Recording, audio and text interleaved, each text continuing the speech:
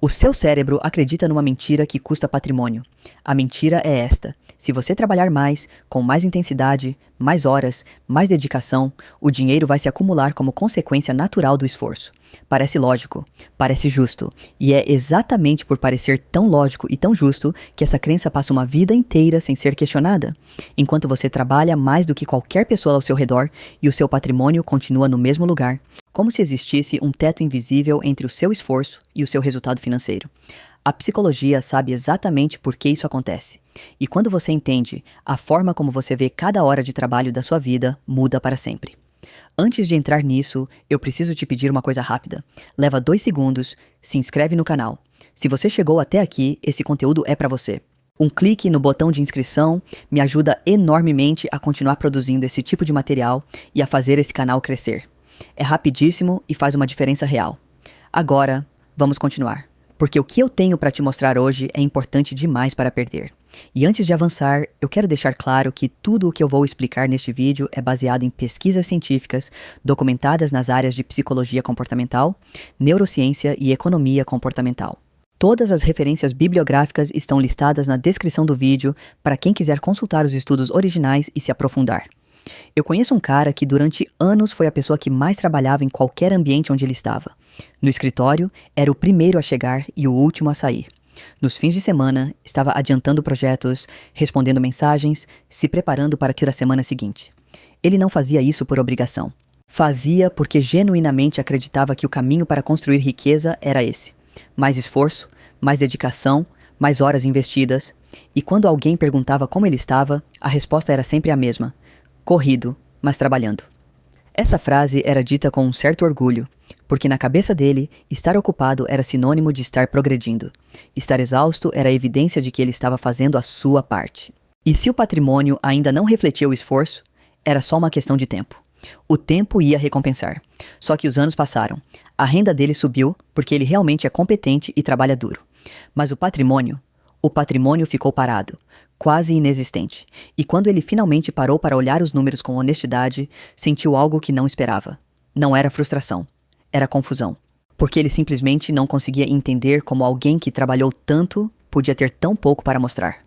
O que acontecia com ele é o que acontece com milhões de pessoas que confundem duas coisas que parecem idênticas, mas são fundamentalmente diferentes. Produzir renda e construir patrimônio são atividades diferentes, exigem mentalidades diferentes, usam circuitos cerebrais diferentes e produzem resultados financeiros radicalmente diferentes. Trabalhar duro produz renda.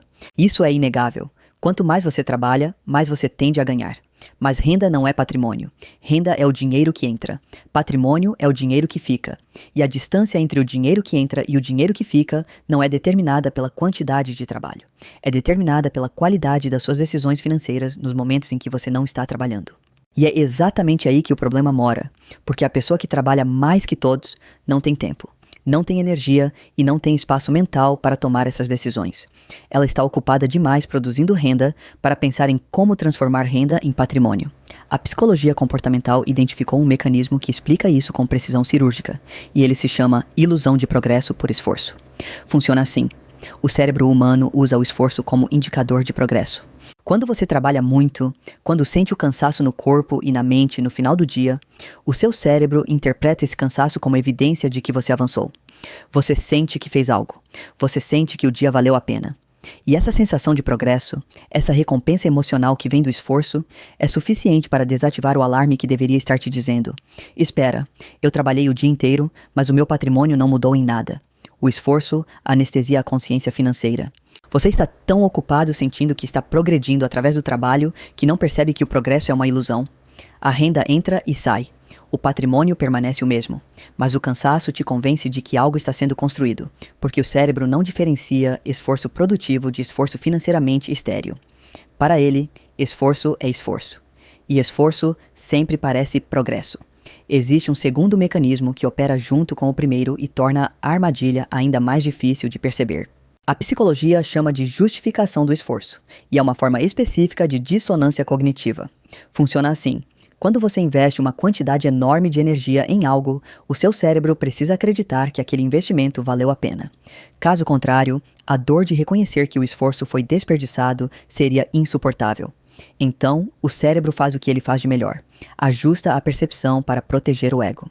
Se você trabalhou 70 horas esta semana, o seu cérebro vai encontrar formas de te convencer de que essas 70 horas foram necessárias, foram produtivas, foram o caminho certo. Ele vai minimizar os sinais de que o patrimônio não cresce. Vai maximizar os sinais de que a renda está boa. Vai te fazer sentir que você está no caminho certo mesmo quando os números dizem o oposto. E esse ajuste de percepção é automático, involuntário e praticamente invisível. Você não sabe o que está acontecendo. Você apenas sente que está fazendo a coisa certa. E enquanto sente que está fazendo a coisa certa, não muda nada. E tem um terceiro mecanismo que fecha esse ciclo de uma forma quase perfeita. E ele tem a ver com a relação entre tempo e dinheiro que o seu cérebro estabeleceu sem a sua permissão. Quando a sua principal estratégia de geração de renda é trocar tempo por dinheiro, o seu cérebro automaticamente estabelece uma equação. Mais tempo trabalhando é igual a mais dinheiro. E essa equação, que funciona para gerar renda, é catastrófica para construir patrimônio, porque construir patrimônio exige algo que a equação tempo-dinheiro elimina: tempo livre com energia mental para pensar estrategicamente sobre as suas finanças pessoais. Exige tempo para estudar investimento. Exige tempo para avaliar oportunidades. Exige tempo para planejar o longo prazo. Exige tempo para criar fontes de renda que não dependam da sua presença física. E a pessoa que trabalha mais que todos simplesmente não tem esse tempo. Ela converteu todo o tempo disponível em renda imediata. E ao fazer isso, ela eliminou a possibilidade de fazer a única coisa que realmente transforma renda em patrimônio: pensar. A neurociência tem algo a dizer sobre isso que vai te incomodar. Quando o cérebro está em estado de fadiga, e esse é o estado permanente de quem trabalha excessivamente, a capacidade de tomar decisões financeiras de qualidade cai drasticamente. A região do cérebro responsável pelo planejamento de longo prazo, pelo controle de impulsos e pela avaliação de risco funciona com energia limitada. Ela precisa de descanso para operar bem. E quando você chega em casa depois de um dia exaustivo de trabalho, essa região já está esgotada. O que resta ativo é o sistema de recompensa imediata. E é nesse momento que as piores decisões financeiras acontecem. O pedido de comida porque você está cansado demais para cozinhar. A compra online porque você merece algo depois de um dia duro. A decisão de não olhar para os investimentos porque a cabeça não aguenta mais processar informação. Cada uma dessas microdecisões, tomadas no estado de esgotamento que o excesso de trabalho produz, corrói silenciosamente qualquer possibilidade de construção de patrimônio. Você está trabalhando duro para gerar renda e depois usando o cansaço do trabalho duro como combustível para decisões que destroem a renda que você gerou. É um ciclo perverso. E ele é alimentado precisamente pelo excesso de esforço que você acredita ser a solução. E aqui está a parte que contradiz quase tudo que a cultura ensina sobre sucesso financeiro. As pesquisas sobre perfis de pessoas que construíram patrimônio significativo ao longo da vida, e as referências completas estão na descrição do vídeo, revelam algo que surpreende a maioria das pessoas. Os acumuladores de patrimônio consistentes não são, na grande maioria, pessoas que trabalham mais horas que os outros. São pessoas que trabalham de forma estrategicamente diferente. Elas protegem o tempo livre como um ativo financeiro. Elas entendem que uma hora pensando sobre onde colocar o dinheiro vale mais, em termos de construção de riqueza no longo prazo, do que uma hora extra gerando renda que vai ser gasta no modo automático do cansaço. Elas não medem produtividade pelo cansaço que sentem no final do dia. Medem pelo quanto o patrimônio cresceu no final do trimestre. E essa mudança de métrica do esforço para o resultado patrimonial é o que separa quem trabalha muito de quem constrói muito. Então, o que você faz quando reconhece esse padrão na sua própria vida? A primeira ação concreta é separar na sua agenda, como se fosse uma reunião inadiável, pelo menos 2 horas por semana exclusivamente dedicadas à gestão do dinheiro e ao planejamento financeiro, não ao trabalho, não à geração de renda, ao pensamento estratégico sobre para onde vai o dinheiro que você já ganha. Essas 2 horas não são um luxo, são a atividade de maior retorno financeiro da sua semana. Uma decisão de investimento bem tomada nessas 2 horas pode gerar mais patrimônio ao longo de 10 anos do que centenas de horas extras no trabalho. Mas o seu cérebro vai resistir. Vai te dizer que essas 2 horas deveriam ser usadas trabalhando. Vai te dizer que é perda de tempo.